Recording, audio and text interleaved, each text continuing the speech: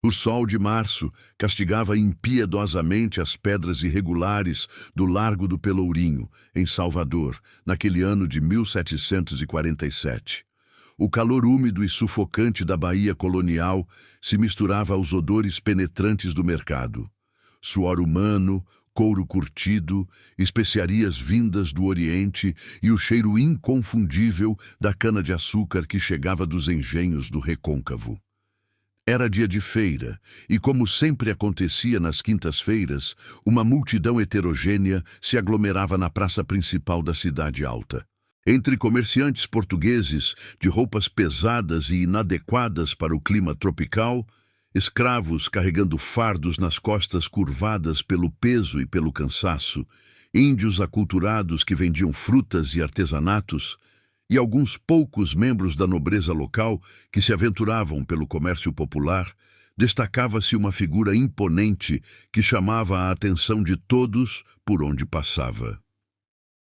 Dom Rodrigo de Almeida e Vasconcelos caminhava com passos firmes e calculados entre as barracas improvisadas. Alto, de ombros largos e postura altiva, que denunciava sua origem nobre, ele era um homem que irradiava autoridade natural.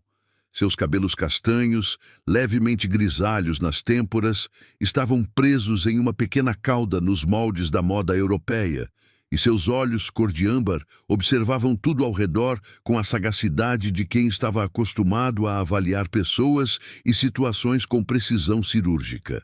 Vestido com um gibão de veludo azul marinho, bordado com fios de ouro, calções de seda e botas de couro fino, que certamente custavam mais do que um trabalhador comum ganhava em um ano inteiro, Dom Rodrigo era a personificação da riqueza e do poder que a exploração aurífera de Minas Gerais havia proporcionado a alguns poucos privilegiados. Aos 42 anos, ele era considerado um dos homens mais ricos e influentes de toda a colônia, dono de várias fazendas de café no interior paulista, minas de ouro em Ouro Preto e uma frota de navios que transportava mercadorias entre o Brasil e a metrópole portuguesa. Mas naquele dia específico, Dom Rodrigo não estava ali para fazer negócios relacionados ao seu império comercial. Seu olhar perscrutador buscava algo muito mais específico. Informações sobre um tal capitão Jerônimo Tavares, um homem que havia aparecido recentemente na cidade, ostentando uma riqueza de origem duvidosa e que, segundo rumores que chegavam aos ouvidos mais atentos da sociedade soteropolitana, estava envolvido em atividades que iam muito além do comércio legal. A razão para esse interesse não era meramente comercial ou social. Dom Rodrigo havia recebido, 3 semanas antes, uma carta lacrada entregue por um mensageiro anônimo durante a madrugada. A missiva, escrita em uma caligrafia feminina e delicada, continha informações perturbadoras sobre um esquema de tráfico de pessoas livres que estava sendo operado sob o disfarce de leilões legais de escravos e bens. A carta não estava assinada, mas terminava com um pedido desesperado de ajuda e uma indicação de que mais informações seriam fornecidas durante o próximo grande leilão público no Largo do Pelourinho. Intrigado e admitia para si mesmo, movido por uma curiosidade que beirava a obsessão, Dom Rodrigo havia decidido investigar pessoalmente. Sua posição social lhe garantia acesso a informações privilegiadas, mas também o obrigava a manter uma fachada de respeitabilidade que limitava suas opções de investigação. Por isso, havia escolhido se misturar à multidão do mercado, observando e ouvindo, tentando identificar os personagens envolvidos nesta sinistra trama. O som estridente de uma corneta ecoou pela praça, fazendo com que a multidão se movimentasse em direção a uma plataforma improvisada de madeira que havia sido erguida próxima ao Pelourinho propriamente dito. Era o sinal de que o leilão estava prestes a começar. Dom Rodrigo seguiu o fluxo de pessoas, mantendo-se estrategicamente posicionado onde pudesse observar tanto os leiloeiros quanto o público, buscando por qualquer sinal que confirmasse as denúncias contidas na misteriosa carta. O leiloeiro principal, um homem gordo e suado chamado Bonifácio da Silva, subiu na plataforma com dificuldade evidente e começou a apresentar os primeiros lotes: ferramentas agrícolas, tecidos importados, algumas peças de mobiliário colonial de qualidade duvidosa. A multidão respondia com ofertas esparsas e desinteressadas. Era claramente uma sequência de itens de abertura destinados a aquecer o público para os lotes mais valiosos que viriam em seguida. Foi quando Bonifácio anunciou uma pausa para preparar os próximos lotes especiais que Dom Rodrigo notou movimento suspeito na parte posterior da plataforma. Vários homens armados, que até então haviam permanecido discretamente postados entre a multidão, começaram a se posicionar de forma mais evidente ao redor do estrado. Não eram soldados oficiais nem guardas conhecidos da cidade. Tinham a aparência rude e os maneirismos típicos de mercenários ou bandidos organizados. O coração de Dom Rodrigo acelerou quando viu surgir, por trás de uma lona que servia como cortina improvisada, a figura imponente de um homem que correspondia exatamente à descrição que havia ouvido do capitão Jerônimo Tavares. Alto, magro até a magreza, com uma barba preta bem aparada e olhos pequenos e escuros que pareciam avaliar constantemente as pessoas ao redor como se fossem mercadorias, Tavares subia na plataforma com a confiança de quem estava em seu elemento. "Senhores e senhoras", gritou Tavares, sua voz rouca cortando o ar úmido da tarde baiana. "Chegou o momento de apresentarmos os lotes mais especiais do dia de hoje.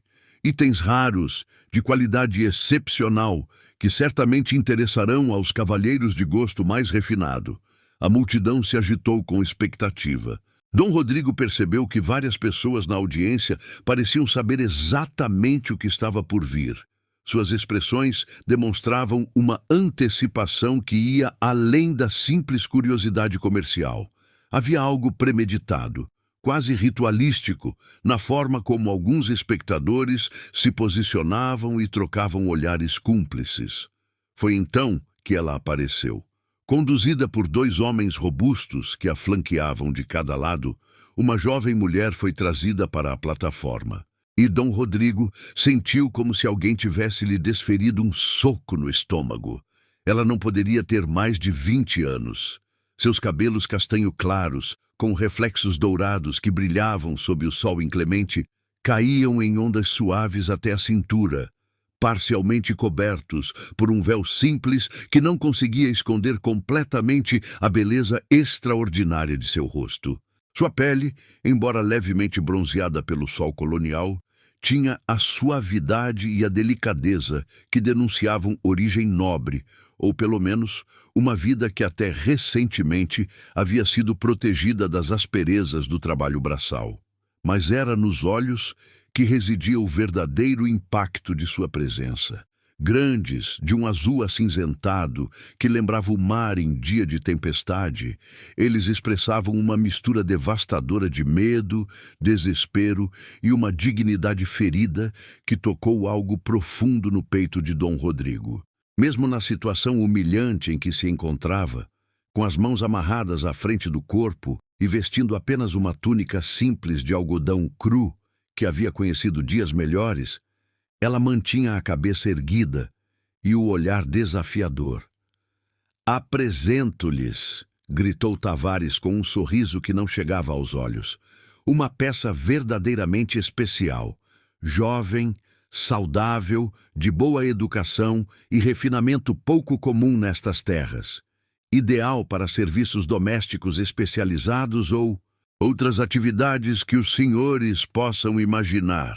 Um murmúrio percorreu a multidão, e Dom Rodrigo sentiu uma onda de repugnância ao perceber o tom lascivo nas vozes de alguns espectadores. Estava claro que aquela não era uma situação legal normal. A jovem não tinha as características típicas de uma escrava. Sua postura, sua expressão, até mesmo a forma como olhava para a multidão, denotavam alguém que havia nascido livre e que estava sendo submetida àquela situação contra sua vontade. As ofertas começam em 500 moedas de ouro, anunciou Bonifácio, retomando seu papel de leiloeiro oficial, embora fosse evidente que estava seguindo instruções de Tavares. Imediatamente, várias vozes se ergueram da multidão com ofertas. Dom Rodrigo observou com crescente alarme que os lances vinham de homens que ele reconhecia como elementos conhecidos da sociedade colonial. Comerciantes ricos, alguns fazendeiros, até mesmo um ou dois representantes do clero que deveriam estar defendendo a moralidade cristã em vez de participar daquele espetáculo degradante. Durante todo o tempo, a jovem permaneceu imóvel no centro da plataforma, como se estivesse tentando se desconectar mentalmente da situação que a cercava. Mas Dom Rodrigo notou que, ocasionalmente, seus olhos varriam a multidão com uma intensidade que sugeria que ela estava procurando por alguém específico. Quando o olhar dela encontrou o seu, por um breve instante que pareceu durar uma eternidade, ele teve a certeza absoluta de que ela era a autora da carta misteriosa. A conexão foi instantânea e eletrizante. Nos olhos dela, Dom Rodrigo leu um pedido silencioso, desesperado, que dizia mais do que qualquer palavra poderia expressar. Era um apelo por salvação, por justiça, por alguém que tivesse o poder e a coragem de intervir naquela situação abominável. 600 moedas! Gritou uma voz áspera da multidão. 700! Respondeu outra, provocando risos lascivos de alguns espectadores. 800 moedas de ouro! Veio uma terceira oferta, desta vez de um homem gordo e mal vestido que Dom Rodrigo reconheceu como sendo um comerciante de escravos conhecido por sua crueldade. A cada lance, Dom Rodrigo sentia a indignação crescer em seu peito como uma fogueira alimentada por vento forte. Aquilo não era apenas ilegal, era uma abominação moral que ofendia tudo em que ele acreditava sobre honra, justiça e decência humana. Mais do que isso, havia algo na jovem que despertava nele sentimentos que não experimentava há anos. Uma necessidade protetora que ia muito além da simples compaixão por uma vítima inocente. 900 moedas! Gritou o comerciante de escravos, sua voz demonstrando confiança de que havia feito uma oferta impossível de ser superada. Foi nesse momento que Dom Rodrigo tomou uma decisão que mudaria completamente o curso de sua vida. 2.000 moedas de ouro! Sua voz trovejou sobre a multidão, causando um silêncio instantâneo e absoluto na praça. Todas as cabeças se viraram em sua direção. Murmúrios de surpresa e especulação começaram a circular entre os espectadores. 2.000 moedas de ouro era uma quantia astronômica, equivalente ao preço de uma fazenda inteira com todas as suas instalações e trabalhadores. Era uma oferta que deixava claro que o licitante não estava apenas interessado em fazer um bom negócio. Estava fazendo uma declaração de intenções que ninguém poderia ignorar. Tavares, que até então havia observado o leilão com a satisfação de quem vê um plano se desenrolar perfeitamente, agora olhava para Dom Rodrigo com uma expressão que misturava surpresa, desconfiança e algo que poderia ser interpretado como respeito relutante. Era evidente que ele reconhecia a reputação e o poder do homem que acabara de fazer a oferta e que estava calculando rapidamente as implicações políticas e sociais de tentar recusar ou manipular a situação. A jovem, por sua vez, olhava diretamente para Dom Rodrigo com uma expressão que havia mudado dramaticamente. O desespero ainda estava lá, mas agora misturado com uma centelha de esperança e algo que poderia ser interpretado como gratidão antecipada. Ela havia compreendido instintivamente que aquele homem não estava participando do leilão pelos mesmos motivos degradantes que motivavam os outros licitantes. 2.000 moedas de ouro foram oferecidas, repetiu Bonifácio, sua voz trêmula revelando que ele também havia percebido a mudança na dinâmica da situação. Há alguma oferta superior? O silêncio que se seguiu foi absoluto.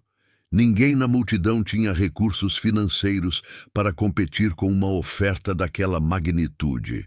E mesmo aqueles que teoricamente poderiam fazê-lo hesitavam em entrar em conflito direto com um homem da posição social de Dom Rodrigo. Tavares subiu novamente na plataforma e se aproximou do leiloeiro oficial.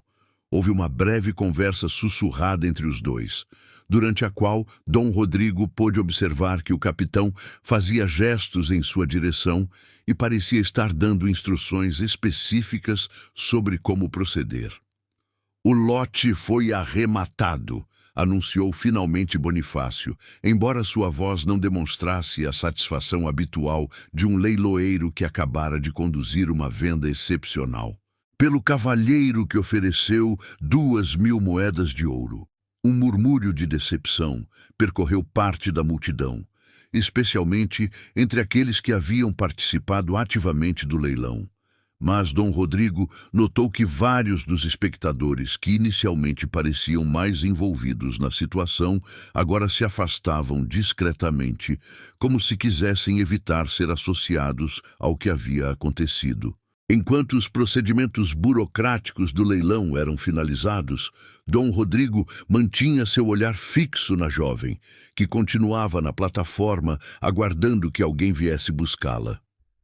Ele percebeu que ela estava tremendo ligeiramente, não necessariamente de frio. O calor da tarde baiana era sufocante, mas provavelmente de uma mistura de alívio, exaustão emocional e incerteza sobre o que aconteceria a seguir. Tavares desceu da plataforma e se dirigiu diretamente a Dom Rodrigo, abrindo caminho através da multidão com a autoridade de quem estava acostumado a ser obedecido. Quando chegou até ele, fez uma reverência que era formalmente respeitosa, mas que não conseguia esconder completamente uma certa tensão subjacente. "Dom Rodrigo de Almeida e Vasconcelos", disse Tavares, sua voz controlada, mas com um tom que sugeria que ele estava avaliando cuidadosamente cada palavra. "É uma honra inesperada contar com a presença de Vossa Senhoria em nosso modesto leilão. Espero que a aquisição seja de seu agrado." "Capitão Tavares", respondeu Dom Rodrigo, sua voz neutra, mas seus olhos penetrantes, estudando cada detalhe da expressão do outro homem. "A reputação de seus negócios precede-o. Tenho certeza de que poderemos finalizar esta transação de forma mutuamente satisfatória." Havia subtextos em ambas as falas que não passaram despercebidos a nenhum dos dois homens. Tavares estava claramente tentando avaliar se Dom Rodrigo sabia mais sobre as verdadeiras atividades que aconteciam naqueles leilões do que um comprador comum deveria saber. Dom Rodrigo, por sua vez, estava enviando sinais de que era um homem poderoso e influente que não deveria ser subestimado ou enganado. "Naturalmente", continuou Tavares após uma pausa calculada, "uma transação desta importância requer certas formalidades que talvez seja melhor discutir em um ambiente mais privado. Se Vossa Senhoria pudesse nos acompanhar até meu escritório, poderemos concluir todos os detalhes necessários." Dom Rodrigo concordou com um aceno de cabeça, mas não antes de olhar mais uma vez em direção à plataforma onde a jovem ainda esperava. Seus olhos se encontraram novamente e, desta vez, ele tentou transmitir, através do olhar, uma mensagem de tranquilidade e proteção. Ela pareceu compreender, porque pela primeira vez, desde que aparecera na plataforma, seus ombros relaxaram ligeiramente e algo que poderia ser interpretado como o início de um sorriso tocou brevemente os cantos de sua boca. O escritório de Tavares ficava em um sobrado colonial típico da época, localizado em uma rua lateral que dava para o Largo do Pelourinho. O ambiente era decorado com móveis pesados de jacarandá, mapas das rotas comerciais do Atlântico e alguns objetos que claramente haviam sido adquiridos em viagens pelo mundo: marfim africano, sedas orientais, prataria mexicana. Era o tipo de decoração que pretendia impressionar visitantes com uma demonstração de riqueza e sofisticação mundana. Mas Dom Rodrigo, que havia viajado extensivamente pela Europa e pelas colônias portuguesas em sua juventude, não se deixou impressionar facilmente. Seu olhar treinado notou detalhes que um observador menos experiente poderia perder. Certas peças eram obviamente falsificações de boa qualidade. Alguns dos mapas continham informações desatualizadas que sugeriam que haviam sido adquiridos de segunda mão. E havia uma qualidade improvisada na organização do espaço que contrastava com a opulência aparente. Tavares serviu vinho do Porto em taças de cristal e ofereceu charutos havanos, seguindo todos os rituais de hospitalidade que eram esperados em uma negociação entre cavalheiros. Mas, durante todo o tempo, Dom Rodrigo percebia que estava sendo estudado com a mesma intensidade com que ele próprio observava seu anfitrião. "Devo confessar", começou Tavares depois que ambos se acomodaram em poltronas de couro diante de uma mesa de trabalho ornamentada, "que fiquei surpreso com o interesse de Vossa Senhoria em nosso pequeno leilão. Um homem de sua posição social raramente se envolve pessoalmente com este tipo de comércio. A curiosidade é uma característica que sempre me acompanhou", respondeu Dom Rodrigo cuidadosamente. "E quando ouço histórias interessantes sobre novos empreendimentos comerciais, prefiro investigar pessoalmente rather than confiar apenas em relatos de terceiros." "Histórias interessantes?", repetiu Tavares, sua expressão permanecendo neutra. Mas Dom Rodrigo notou que seus dedos se contraíram ligeiramente ao redor da taça de vinho. "Espero que as histórias que chegaram aos ouvidos de Vossa Senhoria tenham sido positivas." "As histórias raramente são inteiramente positivas ou negativas", observou Dom Rodrigo. "Geralmente contêm elementos de ambos e cabe a cada pessoa decidir em quais aspectos prefere se concentrar." Era um diálogo de esgrima verbal, com cada homem tentando descobrir quanto o outro sabia sem revelar suas próprias cartas. Tavares estava claramente tentando determinar se Dom Rodrigo era simplesmente um cliente rico, com gostos pouco convencionais, ou se havia algo mais por trás de seu interesse súbito. Dom Rodrigo, por sua vez, estava tentando coletar informações sobre a extensão das atividades criminosas de Tavares, sem revelar que havia recebido denúncias específicas. "Bem", disse finalmente Tavares, aparentemente decidindo mudar de estratégia, "independentemente das histórias que possam circular, o fato é que Vossa Senhoria fez uma aquisição significativa hoje e creio que ficará satisfeito com sua compra. A jovem em questão tem qualidades muito especiais." "Isso ficou evidente", concordou Dom Rodrigo, "mas confesso que tenho curiosidade sobre sua história. Como ela chegou até esta situação?" Tavares hesitou por um momento, e Dom Rodrigo percebeu que havia tocado em um ponto sensível. O capitão tomou um gole longo de vinho antes de responder, claramente ganhando tempo para formular sua resposta. "A jovem", disse finalmente, era enteada de um comerciante local que infelizmente acumulou dívidas consideráveis em jogos de azar e outros vícios. Quando o homem se viu impossibilitado de quitar suas obrigações, foi necessário liquidar seus bens para satisfazer os credores. Era uma história plausível, mas Dom Rodrigo percebeu várias inconsistências na forma como foi contada. A hesitação de Tavares, a escolha cuidadosa das palavras, a forma como evitava dar detalhes específicos, tudo sugeria que havia muito mais por trás da situação do que estava sendo revelado. "E o padrasto?", perguntou Dom Rodrigo, decidindo pressionar um pouco mais. "Imagino que deve ter sido uma decisão difícil para ele." "Oh, sim", respondeu Tavares rapidamente, "muito difícil, mas às vezes as circunstâncias nos forçam a tomar decisões dolorosas. O importante é que agora a jovem terá um novo lar, com alguém de recursos e posição social que poderá cuidar adequadamente dela. Havia algo na forma como Tavares pronunciou as palavras cuidar adequadamente que fez Dom Rodrigo sentir um arrepio de repugnância. Estava claro que o capitão estava assumindo que os motivos de Dom Rodrigo para fazer a compra eram os mesmos que motivavam seus outros clientes. Naturalmente, disse Dom Rodrigo, mantendo sua expressão neutra, minha intenção é garantir que ela seja tratada com toda a dignidade e respeito que merece. Tavares sorriu, mas foi um sorriso que não chegou aos olhos. Tenho certeza de que Vossa Senhoria saberá aproveitar adequadamente sua aquisição.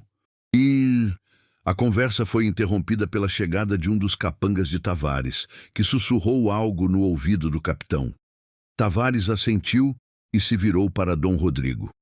A documentação está pronta, anunciou. Se Vossa Senhoria quiser examinar os papéis...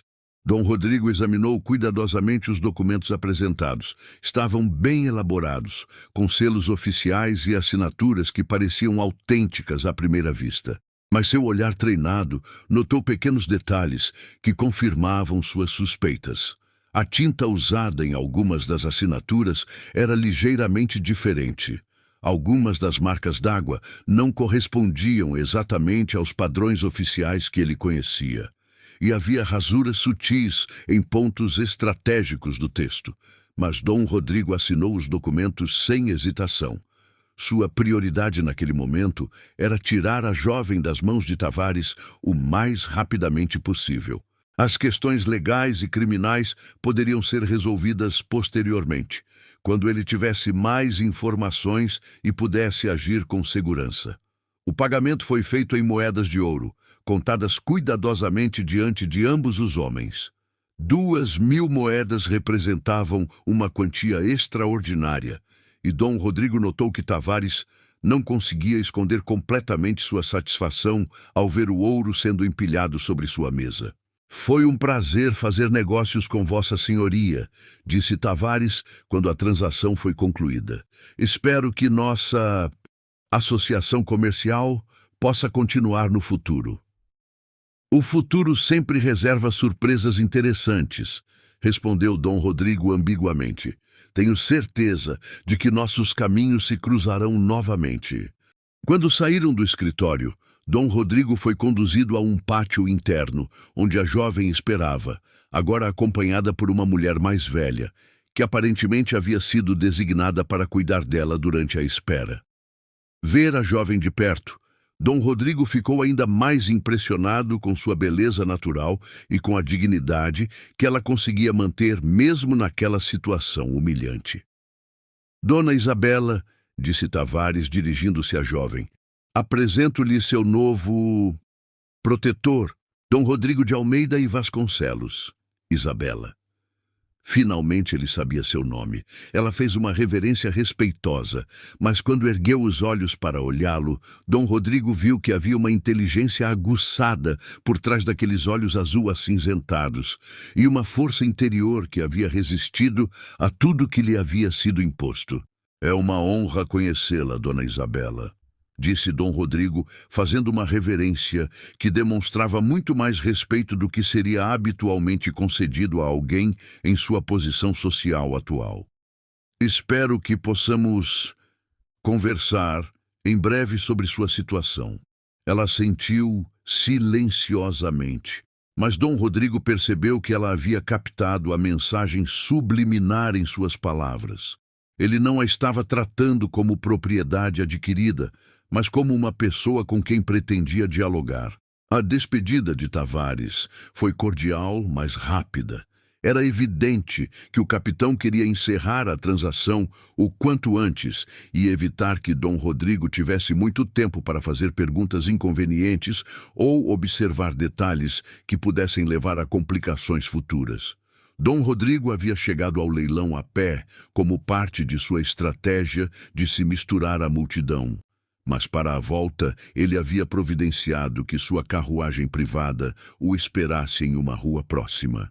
Era uma carruagem elegante, puxada por 4 cavalos árabes e conduzida por um cocheiro uniformizado, que demonstrava claramente o status social de seu proprietário. Quando ajudou Isabela a subir na carruagem, Dom Rodrigo notou que suas mãos estavam tremendo ligeiramente.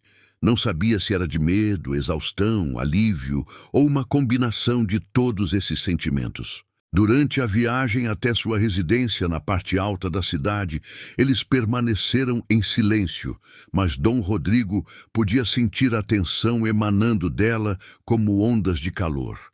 A mansão de Dom Rodrigo era uma das mais impressionantes de Salvador, um exemplo magnífico da arquitetura colonial luso-brasileira. Construída em pedra e cal, com 3 andares e um jardim interno que era considerado um dos mais belos da cidade, a casa refletia não apenas a riqueza de seu proprietário, mas também seu gosto refinado e sua educação europeia.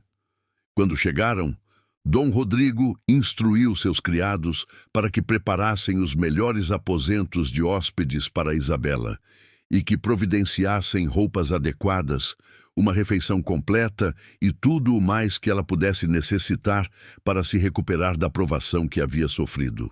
Ele próprio a acompanhou até os aposentos, querendo ter certeza de que ela se sentia segura e bem tratada. «Dona Isabela», disse ele quando chegaram à porta do quarto que havia sido preparado para ela, «quero que saiba que está segura aqui. Nada do que aconteceu hoje, nada do que a trouxe àquela situação se repetirá enquanto estiver sob minha proteção». Pela primeira vez desde que a vira na plataforma do leilão, Isabela falou. Sua voz era melodiosa, educada, confirmando que ela realmente havia recebido uma educação refinada. «Por quê?», perguntou ela simplesmente. «Por que me ajudou? Por que gastou uma fortuna para me tirar daquela situação? O senhor nem me conhece». Dom Rodrigo hesitou. Como poderia explicar que havia recebido uma carta anônima que o levara até aquele leilão? Como poderia falar sobre a conexão instantânea que havia sentido quando seus olhos se encontraram? Como poderia descrever a indignação moral que havia sentido ao vê-la sendo tratada como mercadoria? «Digamos», respondeu finalmente, «que acredito que todas as pessoas merecem ser tratadas com dignidade, independentemente das circunstâncias que as trouxeram a uma determinada situação. E que algo me disse que a senhora precisava de ajuda». Isabela o estudou com aqueles olhos penetrantes por um longo momento. «A carta», disse ela finalmente, sua voz quase um sussurro. «O senhor recebeu minha carta?» Dom Rodrigo assentiu. «Recebi, e gostaria muito de ouvir toda a história. Mas primeiro descanse, recupere suas forças. Amanhã, quando estiver pronta, poderemos conversar sobre tudo». Quando Dom Rodrigo desceu para seu escritório particular naquela noite, sua mente fervilhava com perguntas e possibilidades. Havia acabado de se envolver em uma situação que era muito mais complexa e perigosa do que havia imaginado inicialmente. Tavares claramente não era um simples comerciante desonesto, mas parte de uma organização criminosa mais ampla.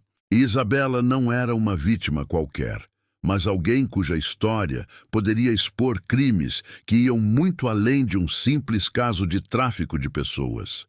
E ele próprio havia se colocado no centro dessa trama, movido por impulsos que ainda não conseguia compreender completamente.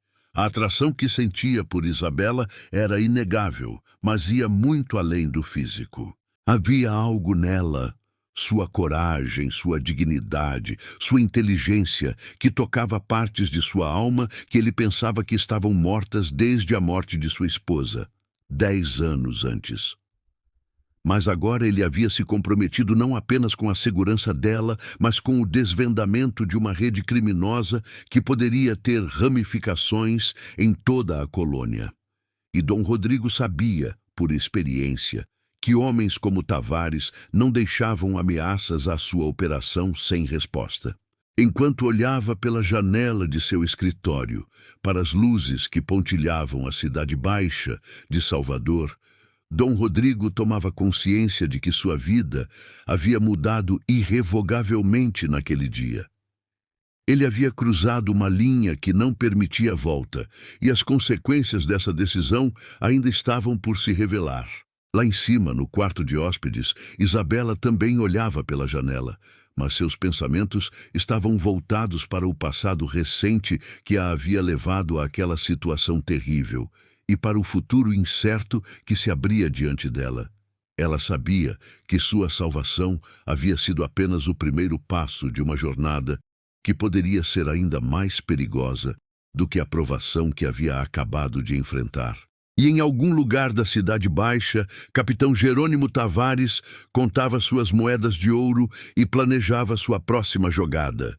Porque homens como ele não aceitavam facilmente interferências em seus negócios, mesmo quando essa interferência vinha de alguém tão poderoso quanto Dom Rodrigo de Almeida e Vasconcelos. A noite tropical de Salvador envolveu a cidade com seu manto quente e úmido. Mas para os três personagens principais desta história, o sono seria elusivo. Cada um deles sabia instintivamente que os eventos daquele dia haviam posto em movimento forças que não poderiam ser facilmente controladas ou previstas. E assim terminou o primeiro dia de uma história que mudaria para sempre as vidas de todos os envolvidos. Uma história de amor, coragem, traição e redenção que se desenrolaria contra o pano de fundo turbulento e apaixonante do Brasil colonial. O amanhecer chegou a Salvador com sua luz dourada habitual, mas na mansão de Dom Rodrigo de Almeida e Vasconcelos, a atmosfera era carregada de expectativa e tensão. Isabela havia passado a noite em claro, alternando entre momentos de alívio profundo por estar finalmente em segurança e períodos de ansiedade intensa sobre o que o futuro lhe reservava. Suas mãos ainda tremiam ligeiramente quando tocava o tecido fino da camisola que os criados haviam providenciado para ela. Uma lembrança tangível de que sua realidade havia mudado drasticamente em questão de horas. Do outro lado da mansão, Dom Rodrigo também havia encontrado pouco descanso.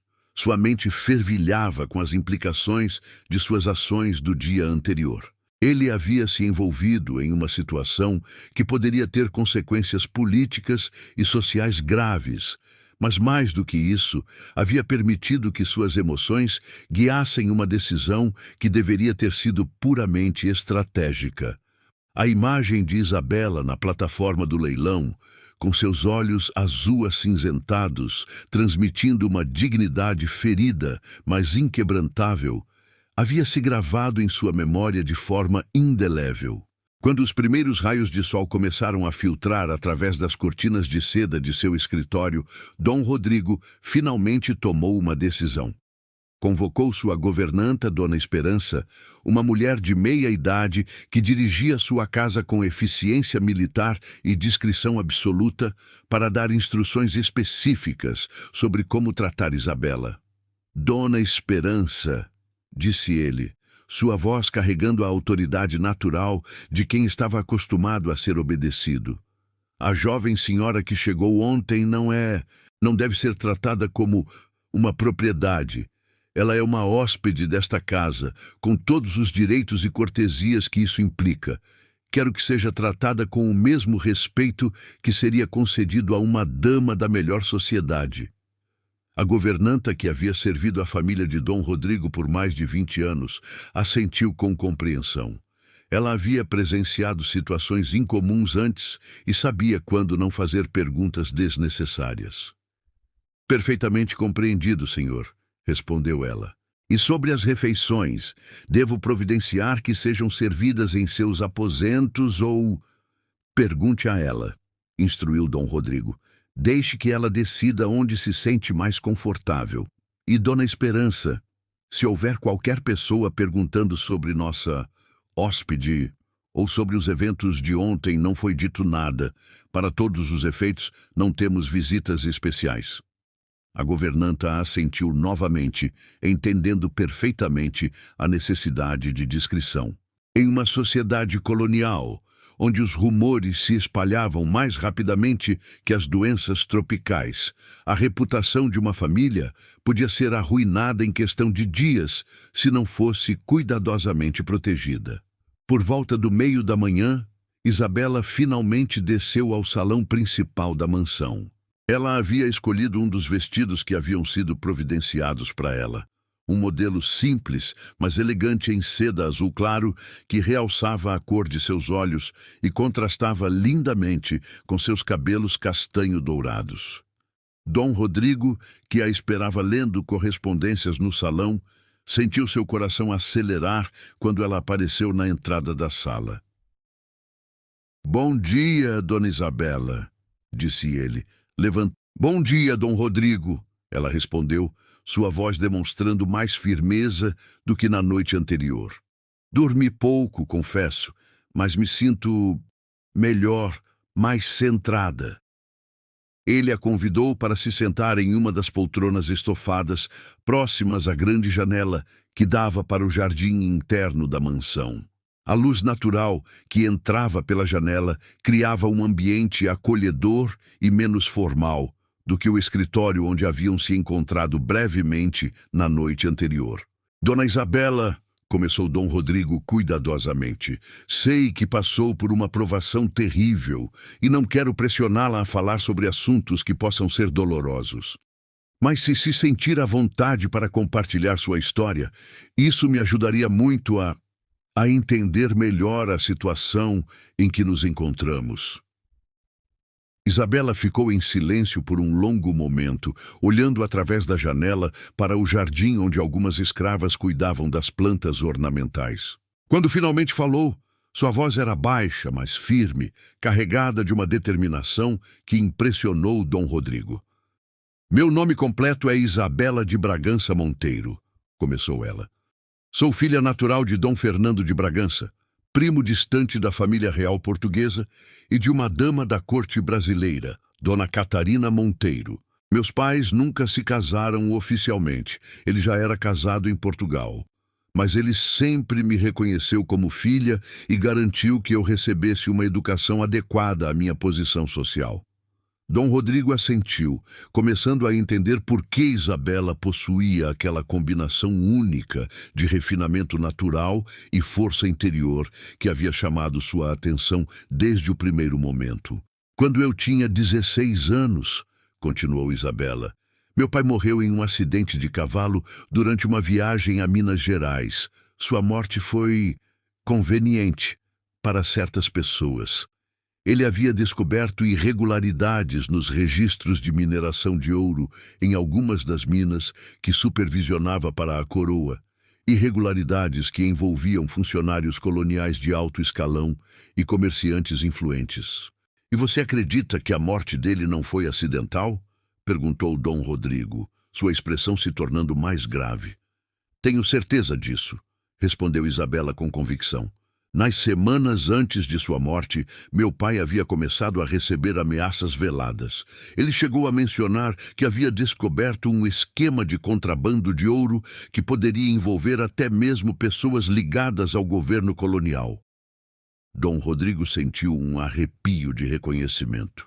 Ele próprio havia ouvido rumores sobre irregularidades na mineração e havia sempre suspeitado que parte do ouro brasileiro estava sendo desviado antes de chegar aos cofres reais. "Após a morte de meu pai", prosseguiu Isabela, "fui colocada sob a tutela legal de um homem chamado Manuel Ferreira da Costa, que havia sido sócio comercial de meu pai em alguns empreendimentos. No início, ele parecia genuinamente preocupado com meu bem-estar, mas com o tempo ficou claro que seus interesses eram outros." A forma como ela pronunciou a palavra "outros" fez Dom Rodrigo apertar os punhos involuntariamente. Ele podia imaginar que tipo de interesses um homem sem escrúpulos poderia ter em uma jovem órfã de beleza excepcional.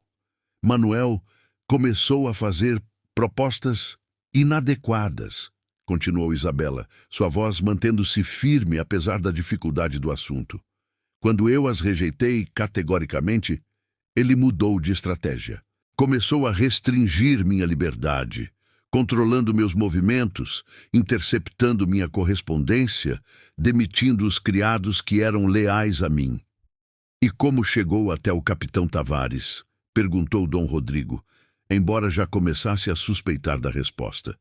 Manuel me disse que tinha dívidas de jogo e que seria forçado a vender alguns bens para quitá-las, explicou Isabela, seus olhos se enchendo de lágrimas que ela lutou para conter. Disse que eu seria, temporariamente, colocada sob os cuidados de um associado comercial até que ele pudesse reorganizar suas finanças. Eu sabia que era mentira, mas não tinha como escapar. Ele havia se cercado de homens armados e me mantinha praticamente prisioneira. Foi quando escreveu a carta? Perguntou Dom Rodrigo gentilmente. Isabela assentiu. Consegui subornar uma das criadas para que entregasse a carta. Não sabia se chegaria até o senhor, nem mesmo se o senhor acreditaria no que estava escrito, mas era minha única esperança. Dom Rodrigo se levantou e caminhou até a janela, suas mãos cruzadas atrás das costas, enquanto processava tudo o que havia ouvido. A história de Isabela era ainda mais complexa e perigosa do que ele havia imaginado. Não se tratava apenas de um caso de tráfico de pessoas, mas de uma conspiração que poderia envolver corrupção governamental, assassinato e contrabando em grande escala. Dona Isabela, disse ele finalmente, virando-se para encará-la, o que me conta confirma suspeitas que tenho há muito tempo sobre certas irregularidades em nossa colônia. Mas também significa que todos nós estamos em perigo considerável. Eu sei, respondeu ela, erguendo o queixo com uma determinação que tocou profundamente Dom Rodrigo. Sei que ao me ajudar o senhor se tornou um alvo também, e por isso sou eternamente grata, mas também me sinto terrivelmente culpada. Não se sinta culpada, disse Dom Rodrigo firmemente, aproximando-se dela novamente.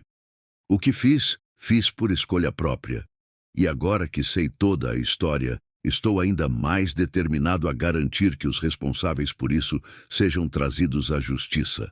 Naquele momento, Dona Esperança apareceu na porta do salão com uma expressão preocupada. Perdão pela interrupção, senhor, disse ela, mas há um homem à porta que diz ter negócios urgentes com Vossa Senhoria. Diz que se chama Capitão Tavares. Dom Rodrigo e Isabela trocaram um olhar carregado de tensão. Era muito cedo para uma visita social, o que significava que Tavares havia chegado ali com propósitos específicos. Diga-lhe que estarei com ele em alguns minutos, instruiu Dom Rodrigo.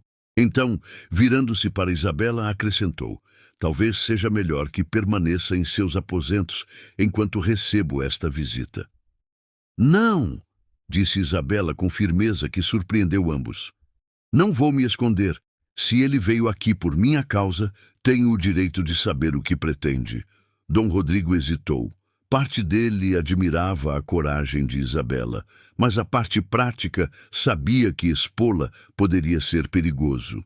Muito bem, decidiu finalmente. Mas permanecerá ao meu lado, e ao primeiro sinal de problemas, promete-me que se retirará imediatamente.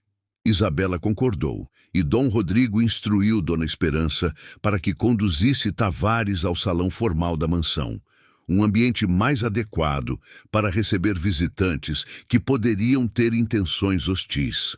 Quando Tavares entrou no salão alguns minutos depois, Dom Rodrigo imediatamente notou que o capitão não estava sozinho. 2 homens de aparência intimidadora o acompanhavam, permanecendo estrategicamente posicionados próximos à entrada. Era claramente uma demonstração de força, um lembrete sutil de que Tavares não era apenas um comerciante desonesto, mas alguém com recursos e disposição para usar violência se necessário. Dom Rodrigo, disse Tavares com uma reverência que mal disfarçava sua arrogância. Agradeço por me receber em sua magnífica residência. E vejo que nossa transação de ontem foi mutuamente satisfatória. Seu olhar se dirigiu a Isabela, que permanecia ao lado de Dom Rodrigo com uma postura digna, mas tensa. Tavares a examinou da cabeça aos pés de uma forma que fez Dom Rodrigo apertar os punhos involuntariamente. Capitão Tavares, respondeu Dom Rodrigo friamente, imagino que não tenha vindo aqui apenas para uma visita de cortesia. Perspicaz como sempre, sorriu Tavares, mas seu sorriso não chegou aos olhos.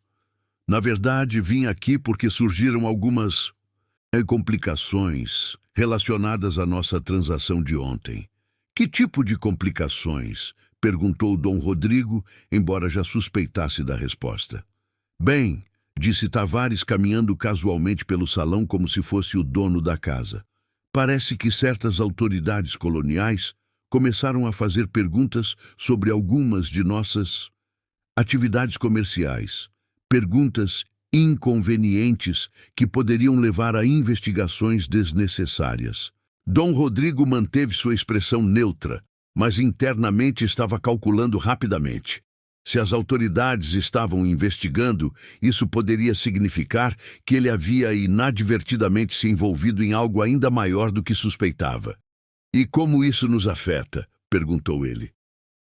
A questão, disse Tavares, parando diretamente na frente de Isabela, é que nossa jovem amiga aqui pode ter informações que certas pessoas prefeririam que permanecessem privadas. Isabela ergueu o queixo desafiantemente. Não sei do que está falando. Oh, mas sabe sim, replicou Tavares com um sorriso cruel. Sabe muito bem. Informações sobre seu falecido pai, sobre certas descobertas que ele fez, sobre documentos que podem ter chegado às suas mãos. Meu pai morreu em um acidente, disse Isabela, mas sua voz tremeu ligeiramente. Acidentes, observou Tavares filosoficamente. Podem acontecer com qualquer pessoa, a qualquer momento, especialmente com pessoas que fazem perguntas erradas ou que possuem informações inconvenientes. A ameaça era clara e direta.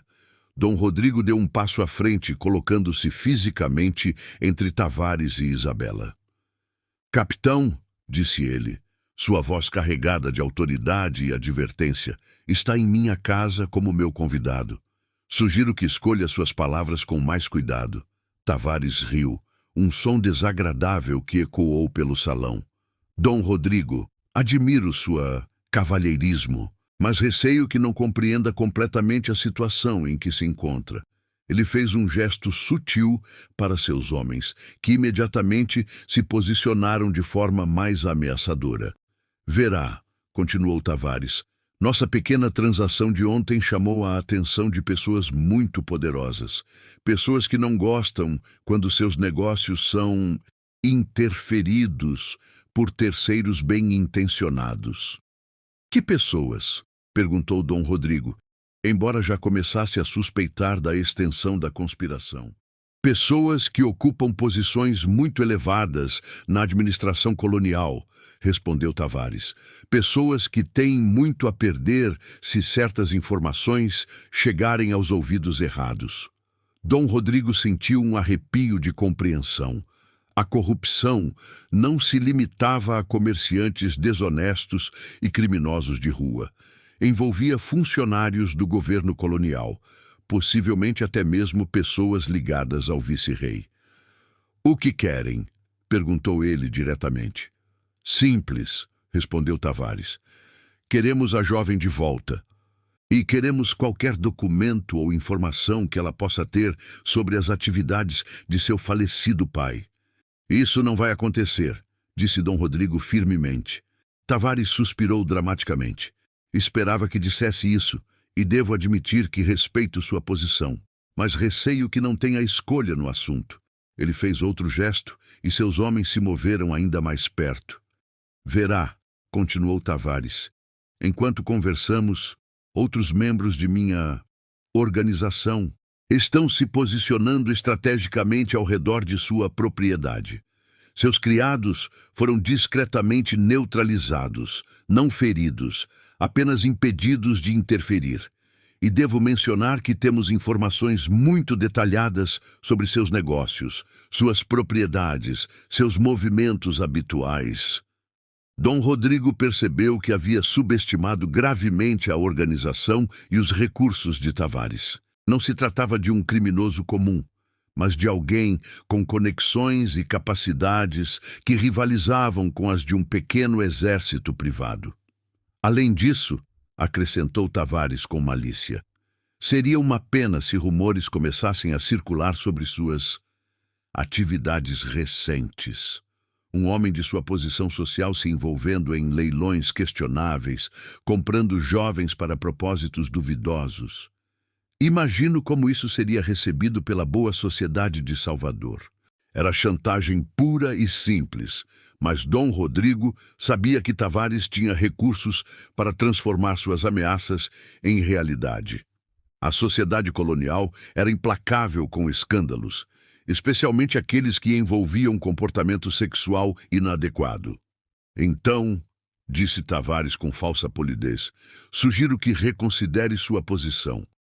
Entregue-nos a jovem e quaisquer documentos que ela possa ter, e todos poderemos continuar com nossas vidas sem mais complicações. Foi nesse momento que Isabela deu um passo à frente, surpreendendo tanto Dom Rodrigo quanto Tavares.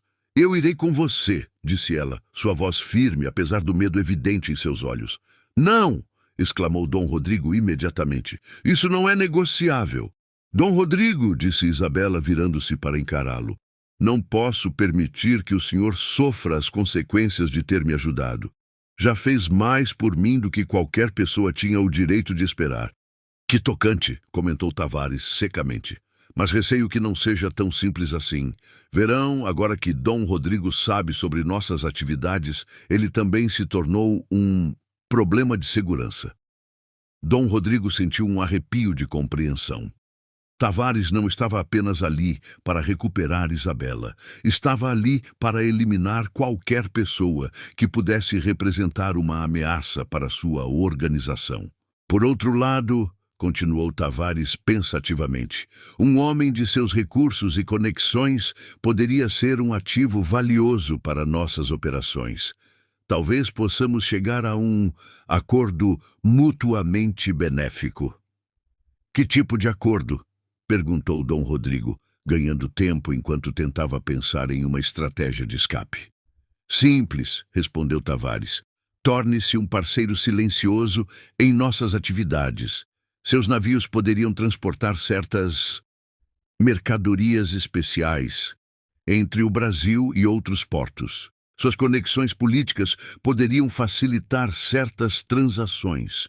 Em troca, garantimos sua segurança e discrição total sobre os eventos recentes. Era uma proposta diabólica.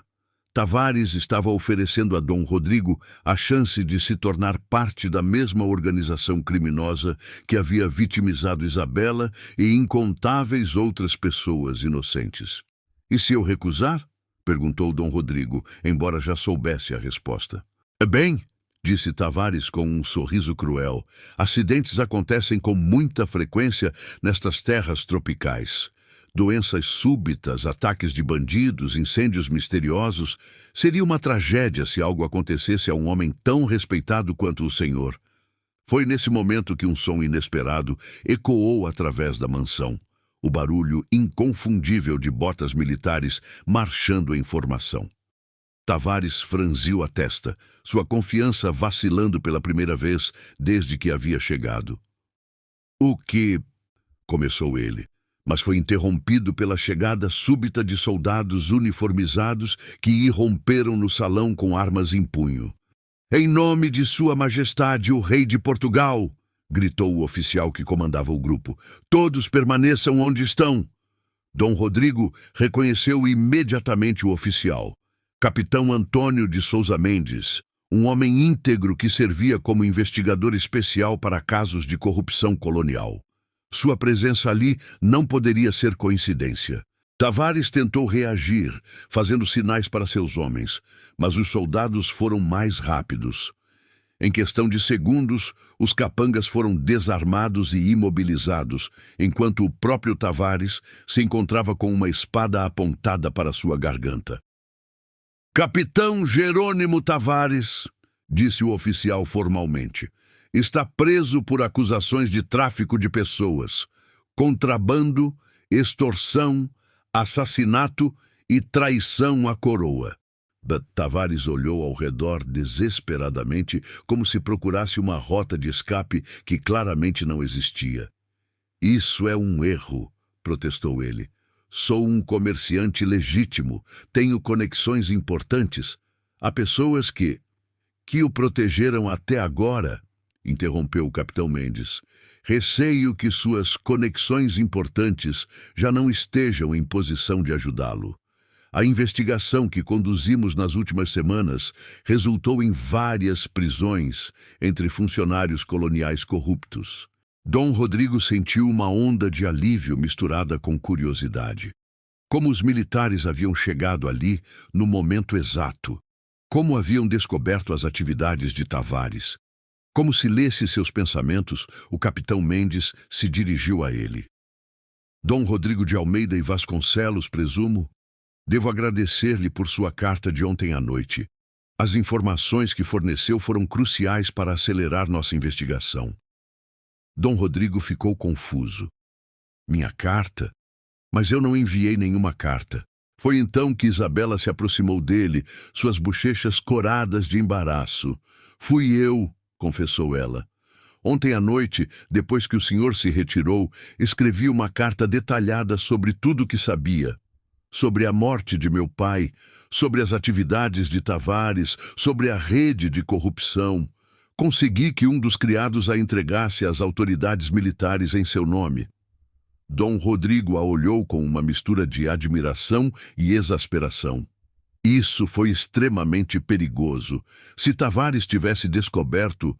"Mas não descobriu", respondeu Isabela com um pequeno sorriso. "E agora ele não pode mais machucar ninguém." O capitão Mendes interveio. "Na verdade, a carta da jovem senhora confirmou informações que já estávamos coletando há meses. Suspeitávamos há muito tempo de que havia uma rede organizada de tráfico de pessoas operando sob a cobertura de leilões legais. Mas precisávamos de evidências concretas e testemunhas dispostas a falar. Enquanto Tavares e seus homens eram conduzidos para fora da mansão sob escolta armada, o oficial explicou a Dom Rodrigo e Isabela a extensão da investigação. A operação envolvia pelo menos 12 funcionários coloniais de alto escalão, revelou ele. Eles facilitavam a falsificação de documentos, forneciam proteção legal para as atividades criminosas e até mesmo identificavam vítimas potenciais entre a população local. "E o assassinato do meu pai?" perguntou Isabela, ansiosamente.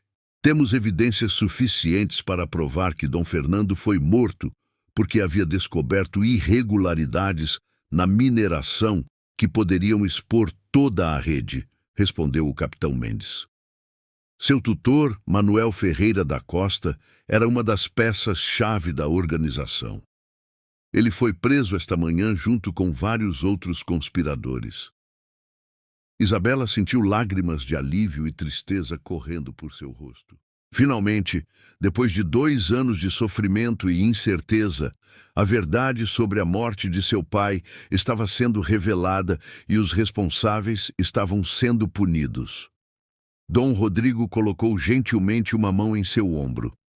"Está tudo acabado agora", disse ele suavemente. "Está livre e os homens que mataram seu pai e destruíram sua vida vão pagar por seus crimes." Nas semanas que se seguiram, Salvador fervilhou com os detalhes do escândalo que veio a ser conhecido como a Conspiração do Ouro Negro. Jornais chegados de Lisboa relatavam como a descoberta da rede de corrupção havia chocado até mesmo a corte portuguesa, levando a uma revisão completa dos procedimentos administrativos coloniais. Durante esse período, Dom Rodrigo e Isabela passaram muito tempo juntos, inicialmente discutindo os aspectos legais de sua situação, mas gradualmente desenvolvendo uma intimidade emocional que surpreendeu ambos por sua intensidade e naturalidade. Isabela havia se mudado permanentemente para a mansão de Dom Rodrigo, inicialmente como hóspede protegida, mas crescentemente como parte da família. Ela demonstrou possuir uma inteligência aguçada para negócios que impressionou Dom Rodrigo, contribuindo com insights valiosos sobre as operações comerciais dele e até mesmo sugerindo novos empreendimentos. "Sabe", disse Dom Rodrigo uma tarde, enquanto caminhavam pelo jardim da mansão, "nunca pensei que pudesse me sentir assim novamente." "Como assim?" perguntou Isabela, embora sua expressão sugerisse que já sabia a resposta. "Completo", respondeu ele simplesmente. "Desde a morte de minha esposa há 10 anos, senti como se uma parte de minha alma tivesse morrido também, até conhecê-la." Isabela parou de caminhar e se virou para encará-lo. "Dom Rodrigo, preciso que saiba que também sinto algo especial pelo Senhor. Mais do que gratidão, mais do que admiração. Mas não quero que pense que é apenas por me ter salvado daquela situação terrível." "Não penso isso", assegurou ele, tomando suas mãos nas suas. "O que sinto por você é algo que cresce a cada dia que passamos juntos. Sua coragem, sua inteligência, sua compaixão. Você me faz querer ser um homem melhor." "Já é o melhor homem que conheço", respondeu Isabela, suas bochechas corando ligeiramente. Foi nesse momento que Dom Rodrigo tomou uma decisão que havia estado considerando há semanas. "Isabela", disse ele, ajoelhando-se ali mesmo no jardim, "sei que nossa situação é pouco convencional, sei que nos conhecemos em circunstâncias extraordinárias, mas quer se casar comigo?" Isabela sentiu seu coração disparar. Durante as semanas que haviam passado juntos, ela havia sonhado com esse momento, mas não havia ousado esperar que realmente acontecesse. "Sim", respondeu ela, sem hesitação. "Sim, quero me casar com você." O casamento foi realizado 3 meses depois, na Igreja do Rosário dos Pretos, em uma cerimônia que foi considerada um dos eventos sociais mais importantes da temporada em Salvador. A presença do capitão Antônio de Souza Mendes, como testemunha de honra, simbolizou o apoio oficial às circunstâncias excepcionais que haviam unido o casal. Isabela usou um vestido de seda branca, bordado com fios de ouro, confeccionado especialmente para a ocasião pelos melhores costureiros da cidade. Dom Rodrigo estava resplendente em seu uniforme militar de gala, uma honraria que havia recebido em reconhecimento por sua ajuda na exposição da rede de corrupção. Durante a recepção, realizada nos jardins da mansão, que agora era oficialmente o lar de ambos, Isabela fez um brinde que emocionou todos os presentes. "Há alguns meses", disse ela, sua voz clara e firme, "eu era uma prisioneira, sem esperança, sem futuro. Hoje sou uma mulher livre, casada com o homem mais honrado que já conheci, cercada de amigos verdadeiros e com um futuro brilhante pela frente. Isso me ensinou que, mesmo nas circunstâncias mais desesperadoras, o amor e a coragem podem triunfar sobre a maldade e a injustiça." Anos depois, Dom Rodrigo e Isabela seriam lembrados não apenas por sua história de amor extraordinária, mas também por suas contribuições para a sociedade colonial. Eles estabeleceram uma fundação para ajudar órfãos e vítimas de tráfico humano, financiaram escolas para crianças pobres e se tornaram defensores fervorosos de reformas sociais. Isabela nunca esqueceu as lições aprendidas durante sua provação e usou sua posição privilegiada para ajudar outros que se encontravam em situações semelhantes às que ela havia enfrentado. Dom Rodrigo, inspirado pela coragem e compaixão de sua esposa, redirecionou parte de sua fortuna para causas humanitárias. Tavares e seus conspiradores foram julgados e condenados. O próprio Tavares foi sentenciado à morte por traição e assassinato. Uma sentença executada publicamente no mesmo Largo do Pelourinho, onde havia conduzido seus leilões imorais. Seus últimos momentos foram marcados pela ausência de qualquer arrependimento genuíno, confirmando que ele havia sido verdadeiramente uma alma perdida para a maldade. Manuel Ferreira da Costa, o tutor corrupto de Isabela, foi condenado à prisão perpétua em Fernando de Noronha, onde passou o resto de sua vida miserável, refletindo sobre as consequências de sua ganância e crueldade. A mansão de Dom Rodrigo tornou-se conhecida como um lugar de refúgio e esperança para aqueles que haviam sofrido injustiças. Isabela insistiu em manter sempre quartos preparados para hóspedes necessitados, transformando a casa em um símbolo de hospitalidade e compaixão cristã.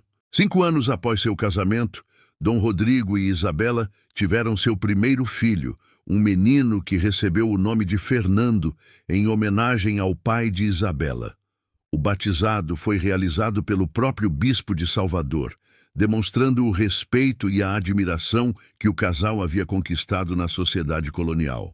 Isabela provou ser não apenas uma esposa amorosa, mas também uma parceira comercial perspicaz. Suas sugestões levaram à expansão dos negócios de Dom Rodrigo para novas áreas, incluindo o comércio de especiarias com o Oriente e investimentos em manufaturas têxteis no norte do Brasil. À medida que os anos passavam, a história de como eles se conheceram tornou-se lendária em Salvador. Era contada em salões elegantes, sussurrada em mercados populares e imortalizada em baladas cantadas por músicos de rua. Sempre que contada, a história enfatizava os mesmos temas: que o amor verdadeiro pode surgir nas circunstâncias mais improváveis, que a coragem moral vale mais do que toda a riqueza do mundo e que a justiça, embora às vezes demore, sempre prevalece. Dom Rodrigo viveu até os 78 anos, mantendo-se ativo em seus negócios e causas filantrópicas até pouco antes de sua morte. Isabela, que sobreviveu a ele por 12 anos, dedicou seus últimos anos a escrever suas memórias, um relato detalhado de sua experiência que se tornou um documento histórico importante sobre a vida colonial brasileira. Quando Isabela morreu, aos 62 anos, ela foi enterrada ao lado de Dom Rodrigo, no cemitério da Igreja do Carmo, sob uma lápide que rezava: "Aqui jazem 2 almas que se encontraram na escuridão e juntas encontraram a luz." Sua história continuou a ser contada por gerações, um lembrete permanente de que mesmo nos períodos mais sombrios da história humana, o amor, a coragem e a justiça podem triunfar sobre a maldade e a opressão. E assim termina a história de A Dama de Ouro, uma narrativa que começou com desespero e terminou com esperança, que nasceu da injustiça e cresceu em direção à redenção, e que provou que às vezes os finais mais felizes surgem dos começos mais improváveis.